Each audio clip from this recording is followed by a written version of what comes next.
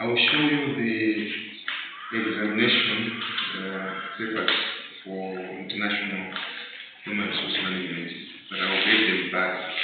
It was the normal procedure, so we hand them over to the administration. I'm disappointed by the section B question. I don't know what is wrong. So I'm giving you 5 minutes. I want you to tell me and you will explain. I've changed my teaching style. Find out what is ethnocentric and what is polycentric. I'll be asking you to explain. So I'll give you 5 minutes. Tell me everything you have gathered about ethnocentric and polycentric. 5 minutes. Then you make a presentation to me to say, I think my understanding of ethnocentric, or whether you use the ethnocentric approach to recruitment, because that was the simplest question which nobody got right in the case study. Yes. No, it was not hard. It wasn't hard, but I got really confused in that exam. I knew the answer, but I started arguing with myself. Is this the correct answer? And apparently nobody got it right. So I want just to get your views. What did you understand about ethnocentric and polycentric? Let's take these two first. Ethnocentric and polycentric. What is your understanding? So I'll give you about 5 minutes.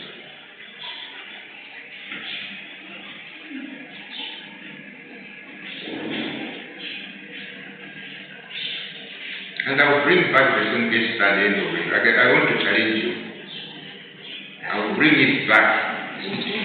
Yeah. So that at least you should be able to now understand what it means.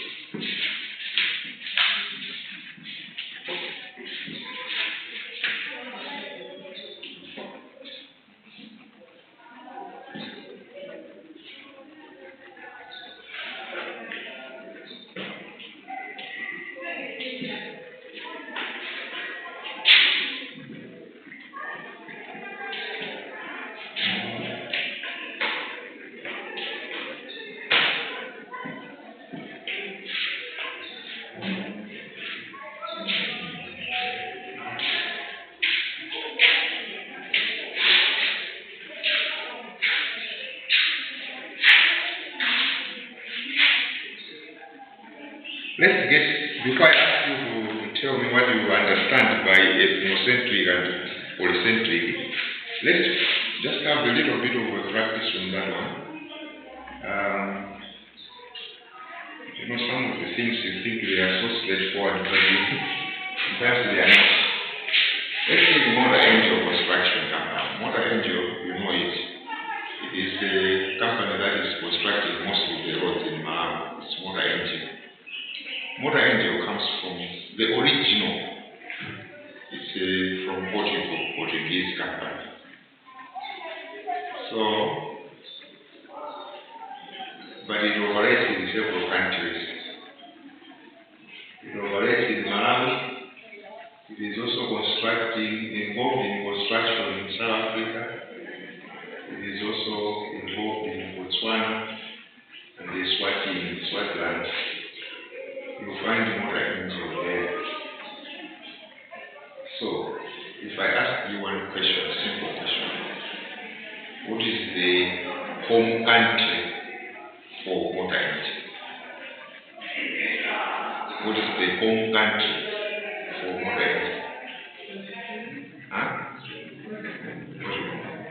What is the home country of Motor Angel? The home country. Where does it come from?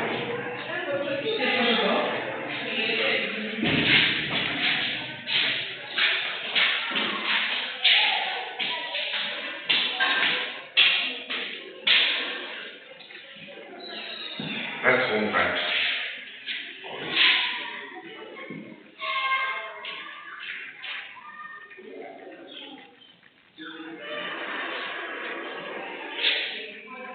So the home country is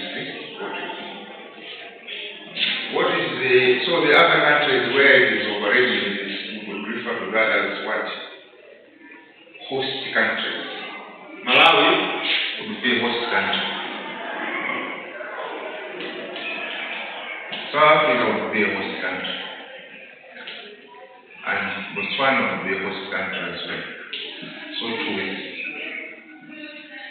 host country.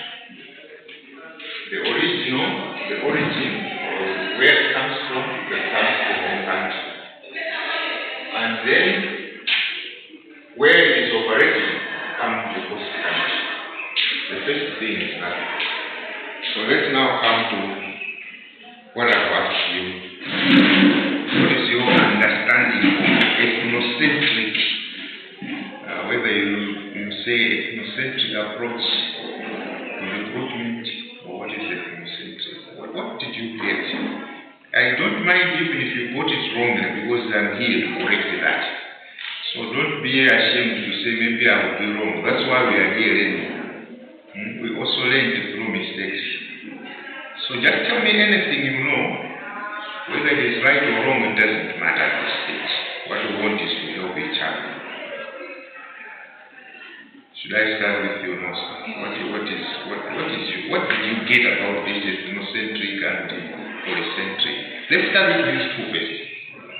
So it's under the ethnocentric approach in IHRM. This is basically like when they only recognize one country practice. Ethnocentric?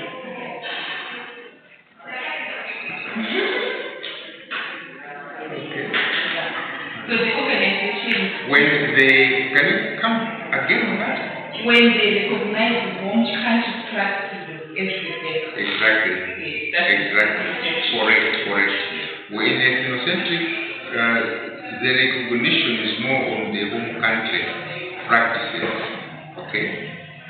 So if we take Motor Angel, it means the home country practices will be which one? From Portugal. From Portugal. Okay, fine. That's why. So it's like the organization's key positions are filled with employees of the same nationality as the parent company. Parent company is the home country. So some examples can be companies from China, Japan. Japanese, International. There's also Canada.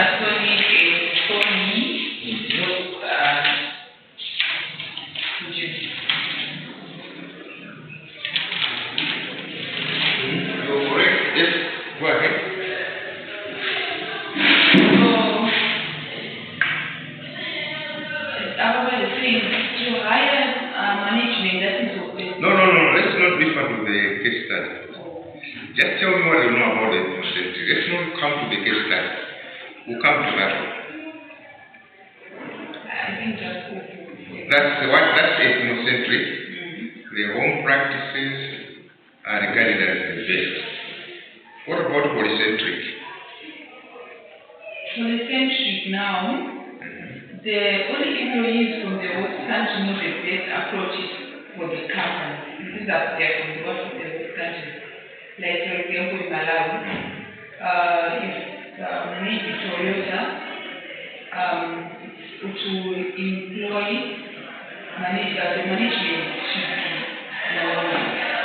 because they know the practices from the host country. They know how to manage other Malawians. Good. So hiring and staffing methods in which this is what I got.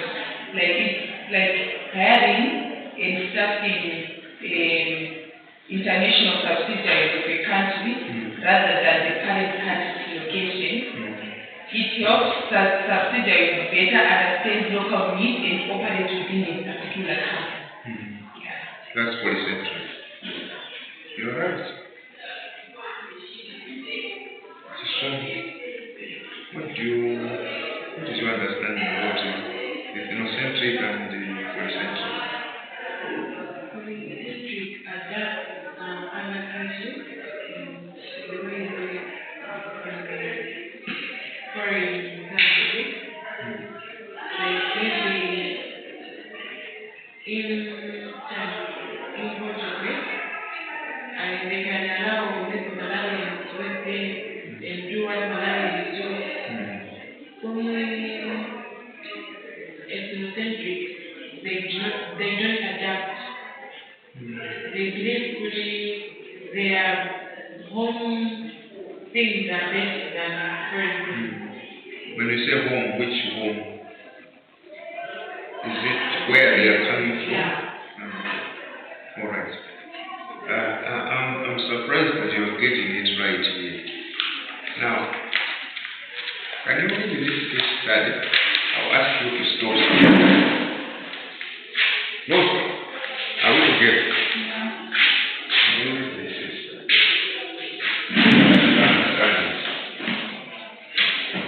Japanese Tobacco International, JTI Malawi, is a subsidiary company of Japanese Tobacco Company, headquartered in Japan. JTI Malawi has all management employees from Japan. Can you read that again? JTI Malawi has all management employees. Already, what does that mean? Why did you say polycentric? I'm saying What happened here? Fuji. Okay, so when we are speaking of not good I claim, but some things I remember when I keep seeing them, like when I'm studying like this, I always used to get, we always start with parochialism, ethnocentric approach, polycentric. Then no, I was saying that, but this right side, this one, for the now I stayed there like 3 minutes thinking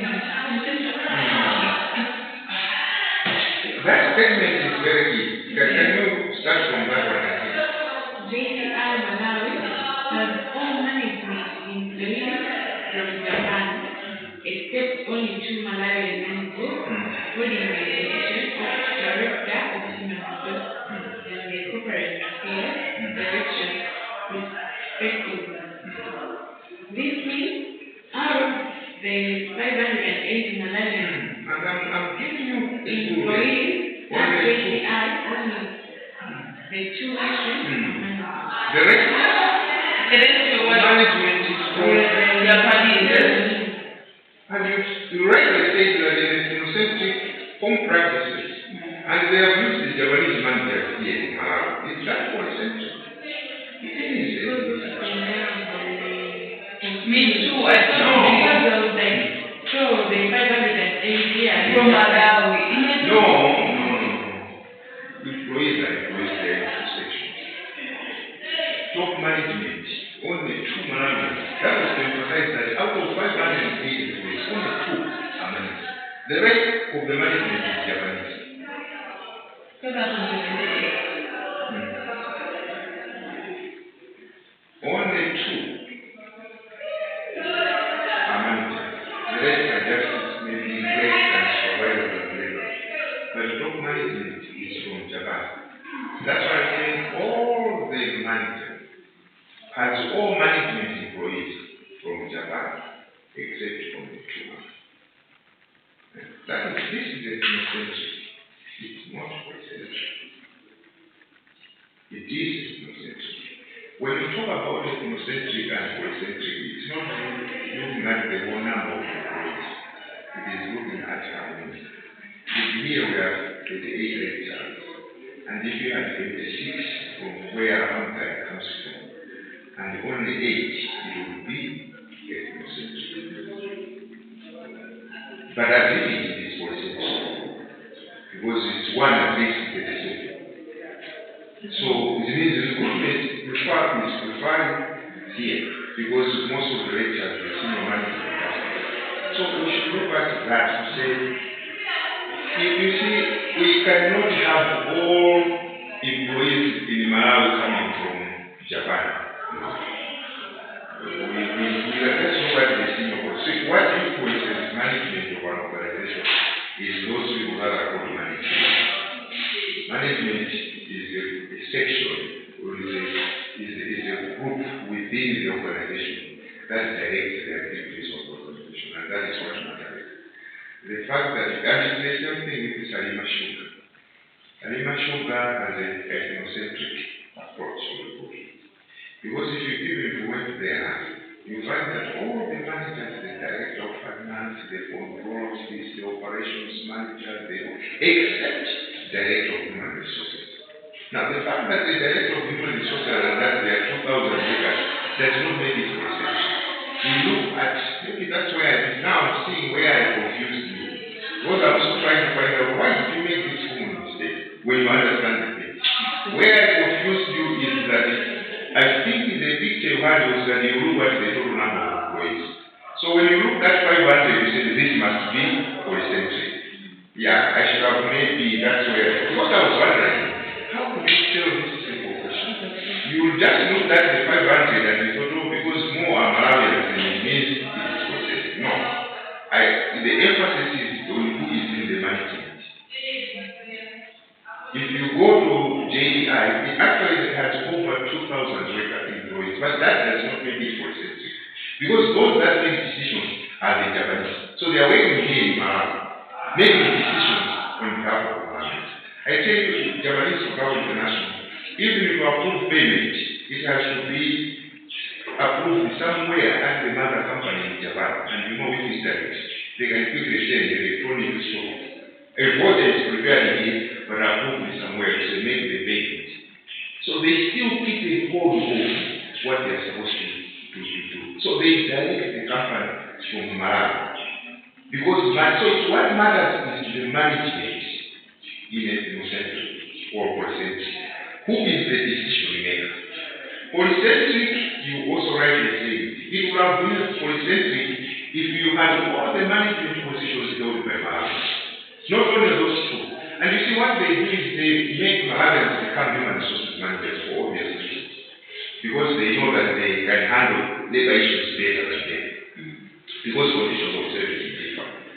Conditions of service is completely different. And as rightly say, there is a saying in English which goes, you set a thief to catch a thief. In other words, you use the Malawian to solve the Malawian labor issue. That's why no matter how concentrated management is from other countries, they will still leave the position of human resource for Peru. Because they know that he will be able to communicate with the workers better. So now I see where the problem is. This is very straightforward, but now I think the mistake or how you were misled or how I misled you was that I mentioned about 500 something workers. And you thought that means it is polycentric. I couldn't understand when I was writing. How can they miss this simple thing? So the point that you should get from that is today that we are looking at who is making decisions in the organization. That's what makes it to say this approach is ethnocentric Because management makes decisions. If you go to JTI now, you find that all the management processes are occupied by Japanese, except these two guys, the director of corporate affairs and the director of human resources. But all the other directors, including the managing director, are Japanese. And except for labor issues, they are following the Japanese principles of management. So that is the ethnocentric. And look at that. The advantage of that is that there is good communication between Japanese Government National Malawi and the parent company, which is based. The parent company is based in the home country.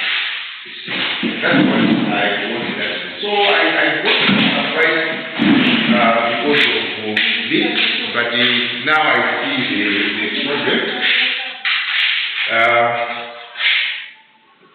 was glad what the ruling approach is this, and all of you say it's polycentric. So I went back to my notes. I said, did I give them the wrong information? No, I gave them the correct information. But now, this means out of the 580 Malawian employees at JTI, only 2 are managers. That was to tell you that there are very few management employees. Most of them. And I was saying, if you,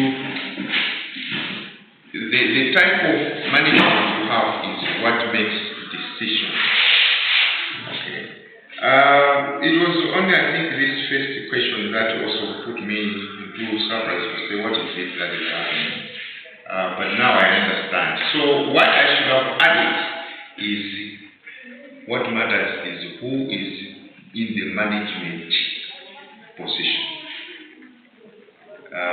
If you don't allow Malawians to manage your organization here, then it is ethnocentric. Like Motor NGO is the same thing. The home country is Portugal. Okay. So the people from Portugal are still found here. You find they go around visiting and supervising. Those are called parent country nationals or home country nationals. So I also want us to get into what I'll do is I will find the same question and then just maybe change a little bit of the questions just to judge that, because this is the basis of international human resources management. So home country, you can also talk of the Portuguese.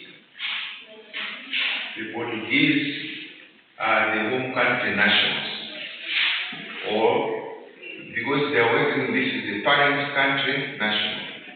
So parent country national, home country national, they mean the same thing. So the Motor NGO is, let's take the case of South Africa.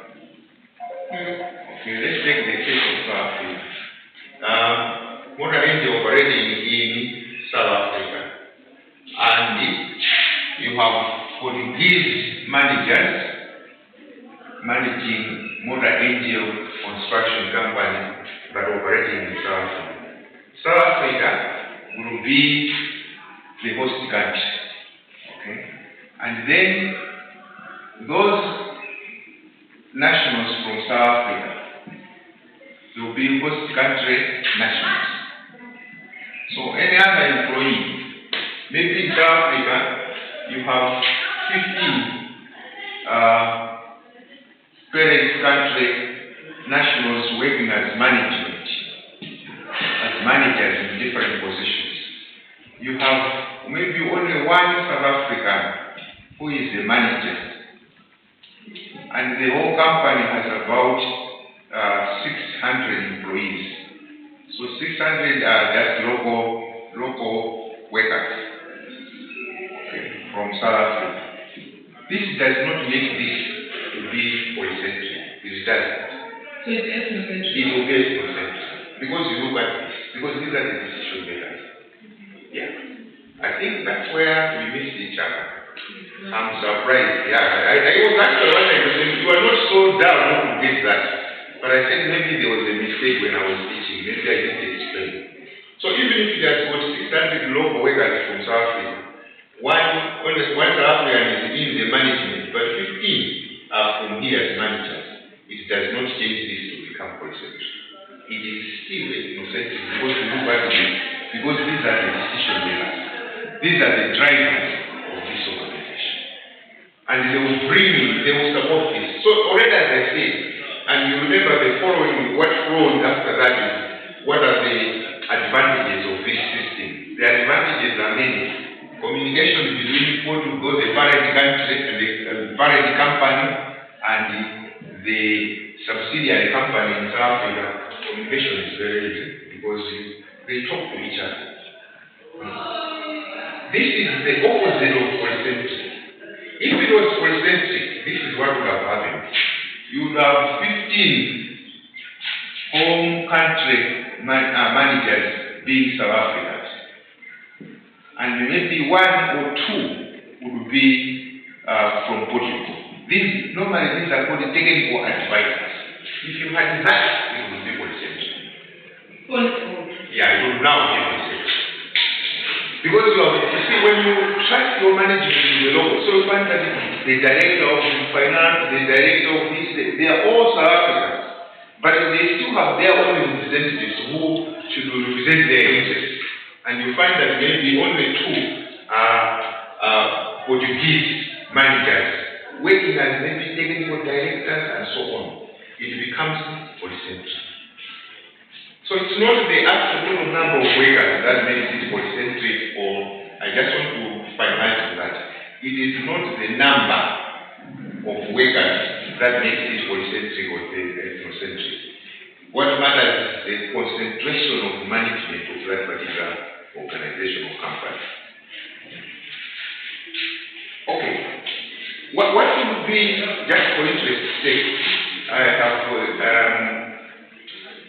a father-in-law, the father of the husband of my daughter is a tractor operator, a plant operator. He is also involved in construction of roads, but he is based in South Africa. How would we classify him? The father of the husband of my daughter is a plant operator. He is one of those people who drives these G7, these tractors that create. So he's actually right now in South Africa constructing a road around the Limpopo somewhere. A simple driver, an operator, those people are called operators, is involved in this road construction. He's a Malawian from Mwanza district, but he's based there. Now this I think is the third year, right there. What do we call him? According to what we've read. From ethnocentric. No. If you look now at the home country, host country, and third country national. You remember there is also third country national. So in South Africa, we are regarding him as the what? The country that is okay, the company that is working for in South Africa. Who is the home country national? This thing, who is the home country national? Now let's forget about the recruitment approach. But who can we say is the home country national? The home country, I think someone who is working in, for example, working in Malawi, but the headquarters is in Japan. That's the home country national. So the Japanese working for JDI are home country national? Yes. Okay. Who is the host country national? Host country national? In Malawi and working for JDI. Yes. Good. Exactly. Now who would be the country national at JDI? Zimbabwean working in Malawi for JDI. Exactly. So here is my father-in-law, if I could say that, my brother or whoever. He married, his son married and he's based in South Africa. Can't we say it's the third country national in South Africa? Because he's working for Motor Angel in South Africa, but he comes from Malawi. So we call him a third country national. In South Africa, they refer to him, and in his employment status, he is always referred as TCA. So you find even in his documents, what I'm saying is very true. Because I've checked his documents. They always say TCA. Meaning in South Africa, mind you, he is not a Malawian. He is a third country national. And also mind you, he is not working for South African company. He is working for Motor Engine, whose headquarters is in Portugal. Now, what would be the beauty of working for such arrangement? Would you be treated the way you are treated if you're working in Malawi? I tell you, he's given an air ticket once every 3 months. He's simply an operator. Do you think these people have ever fraud? These people are persuading God to Malawi? No, it's better when they survive hard to become a third country national. They give you a status somewhere. So this gentleman comes once every 3 months. He comes once every 3 months to visit his family. And it's through Kamuzu International Airport of Chile. He's given that debate. You see, so what am I trying to say? It leads us to the next question to say, what are the issues that are considered when it comes to international and domestic human resource management? Remember the differences between domestic and international? Like this gentleman, I tell you, he is treated first class. You see, the first time I didn't know that I thought he was someone like a very senior person. Because I work in South Africa, but I work for Motor Engine. Then I had an opportunity to see his documents. The abbreviation TCN appeared in several of them, meaning third country national, and it was something that it has also a working permit in South Africa, but it is stamped with TCN. Meaning the South Africans should know that we have a Malawian, but he's not working for our company, he's working for Motor Engine, and Motor Engine belongs to Portugal. Now what does that mean? Does that matter to the government? It matters. This is what I said about differences between domestic and international human resource. What would happen if this guy was hit, or maybe as he's constructing the road somewhere in the bush, a tree falls on him and he dies? It would involve so many diplomatic procedures. South Africa will say, hey, he is not a South African, he's a Malawian. But Motor Engine is not our company, so Motor Engine should take the responsibility. That's one thing. The reason we should know, possibly because in Africa we are just one. I think if you talk about Zimbabwe, if you talk about Zambia, if you talk about Malawi, I think the differences are just the boundaries. But we share so many things in common. I'm told in these other countries, advanced countries, if you go to study in China one day, they will actually know where you will be staying. So whoever welcomes you at the airport, even when you send your visa, they will already have noted who you are, and they know which street you will be in, and they will know which apartment you will be staying in. So they can easily locate you people, because they know where you will be. You can't go into China, you can't go into Britain or without them noticing where you will be staying. But in Malawi, people come and stay in areas for 7 years, they are not knowing where they are. Even the government doesn't know where they are. You see, there it's a must, possibly because there is that physical mapping. Here it becomes difficult. If I ask you, so where do you stay? You have problems to tell me from here you go this way, and then you take the turn to the left.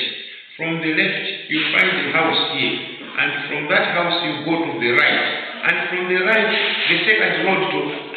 Very confusing. Our friends don't have problems in identifying where they are staying. They'll just say, this is Gogojena Road, house number 15. Full stop. And you get it there. But how difficult is it that we have to explain where people stay? If you ask me where I stay in the area 49, I'll be telling you some prominent buildings. Okay, there is a church, a CCV church here. From there you turn, there is a hospital, a private hospital. Then from there you go to a certain school, it is called Sparrows. From Sparrows you go. You see, it becomes very difficult to explain. Very difficult to explain. But our friends, they know where you'll be, and it's very easy to get where you are. Okay. So it's like when something happens, that's why they quickly know that a Malawian has been killed in this country, or maybe in Edinburgh, Scotland. It's very easy because they trace the foreigners where they're staying for so many reasons. Okay. So one of the questions as well, I think I asked now, not on the case study, the differences between domestic and international human resources management. There are so many factors. I think this one was not badly done. It was fairly well done, and I think that was fairly well done. The differences are many. It would be nice. One of us is now a third country national in Japan, Mr. Daseo. Is teaching English in Japan.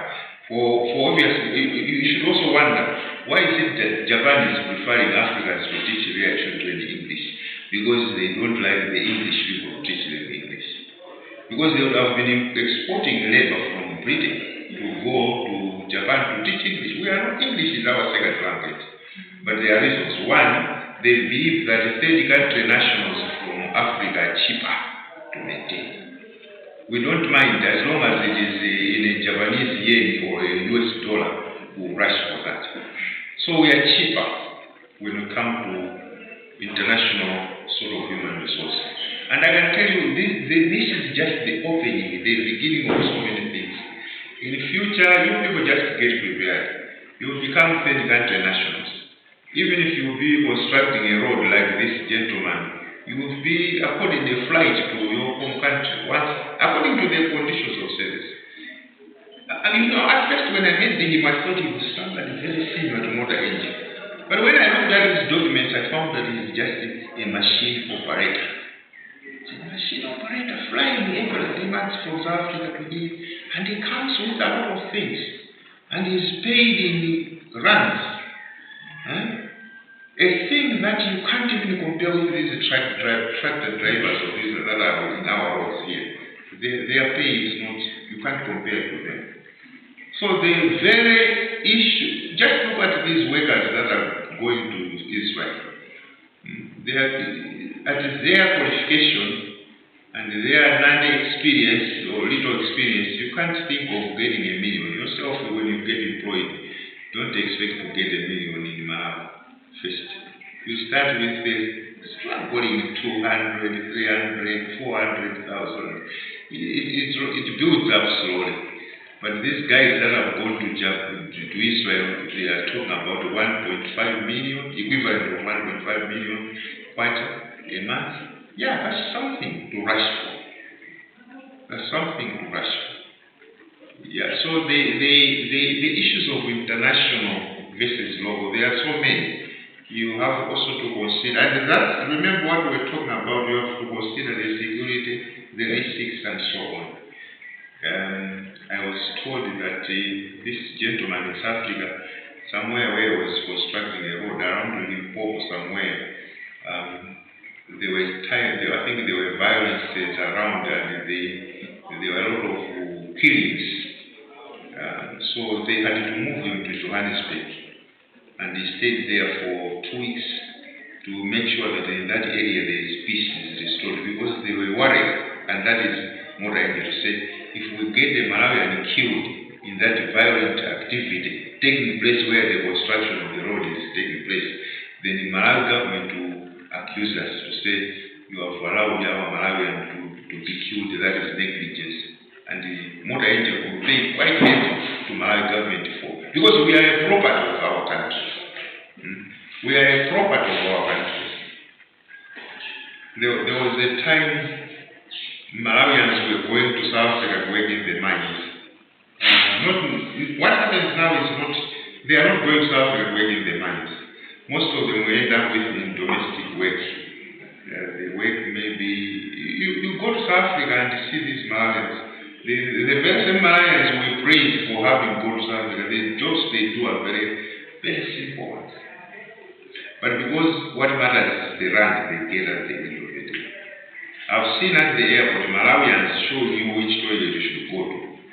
and they will give them something at the end. So they keep those small notes or small coins to give them. But they are able to build houses in Malawi, doing such data work. You know, the reason is South Africans themselves don't like to do the data work. Yeah, that's why Malawians are taking advantage. Cleaning toilets at the airport. I found it. You see, these public toilets, I go there, then somebody say, that one is free.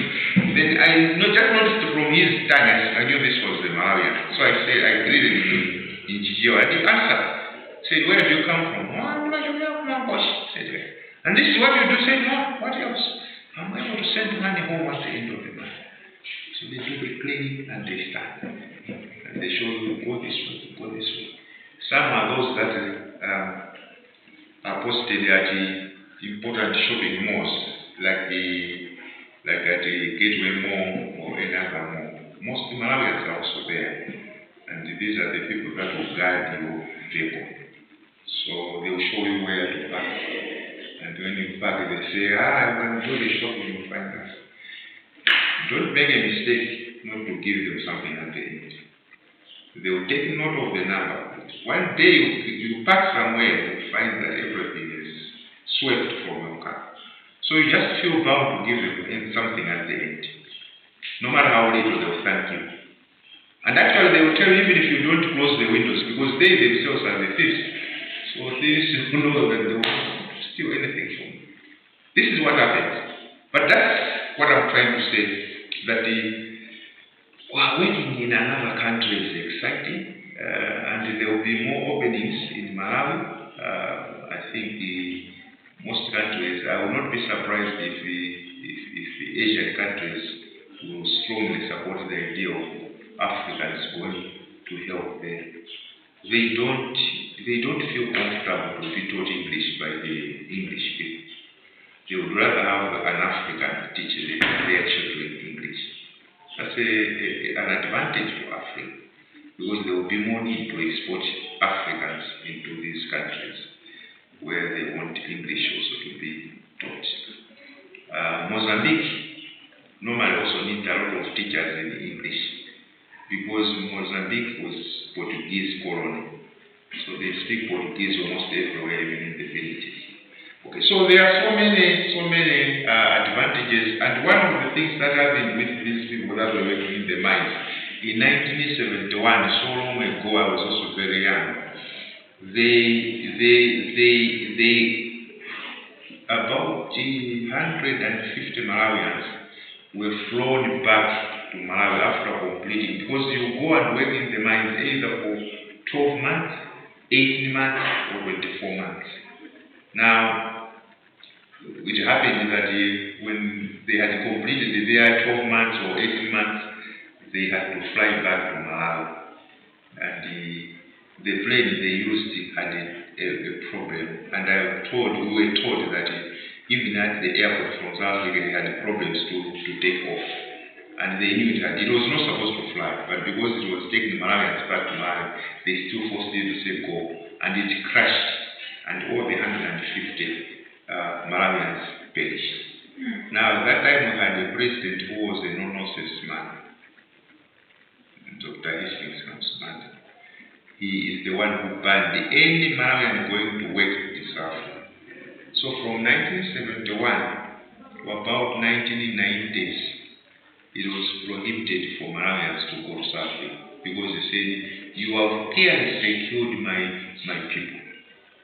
You knew the plane had a fault, but you forced it to take off. And I'm also told that the plane had no seats inside. It was just something like empty. I don't know what happened. So if you find that people are going to South Africa these days in a manner of not being straightforward, it is because that Kamuzu banned Malawians from going to South Africa again, because they said South Africa was not caring Malawians. We lost 150 Malawians using a plane that the South African government was aware that it had a fault, a technical fault, a serious one. I'm told that even taking off from Oaratam, it struggled so many times. But they say, go fly. And within 7 minutes in the air, it crashed. You see. So there are so many responsibilities when people are going to work abroad. But it is exciting. You remember what I talked about, the cultural shock, the discomfort. You have to get used to so many things within a very short time. These are the experiences that you likely get. I'm sure Mr. Da Silva is still trying to get used to the formula of how to live in Tokyo. When he wakes up, sometimes possibly thinks he's wrong. Only to realize that, no, this is not this is a different lifestyle. Whether the sun sets. Here in Africa, we always use the sun. Yeah, this must now be 10 o'clock, or this must be 12 o'clock. The sun is our time. There, the sun is rarely seen. So what you need is, my daughter also once went, not this one was in South Africa, but the first born, went to Iceland. She told me that there are days when the day breaks out when it is green throughout. There are green even in the skies. And you become afraid. Because I've never seen a green day myself. So I find even the skies are green.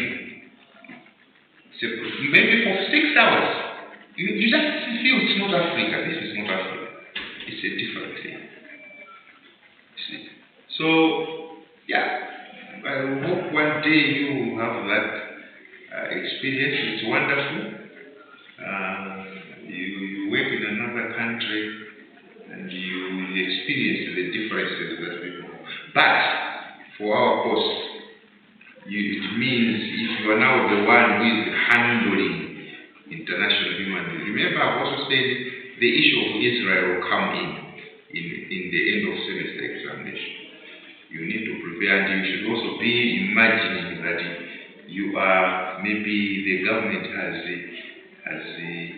appointed you to be their HR recruitment manager or coordinator based in Tel Aviv.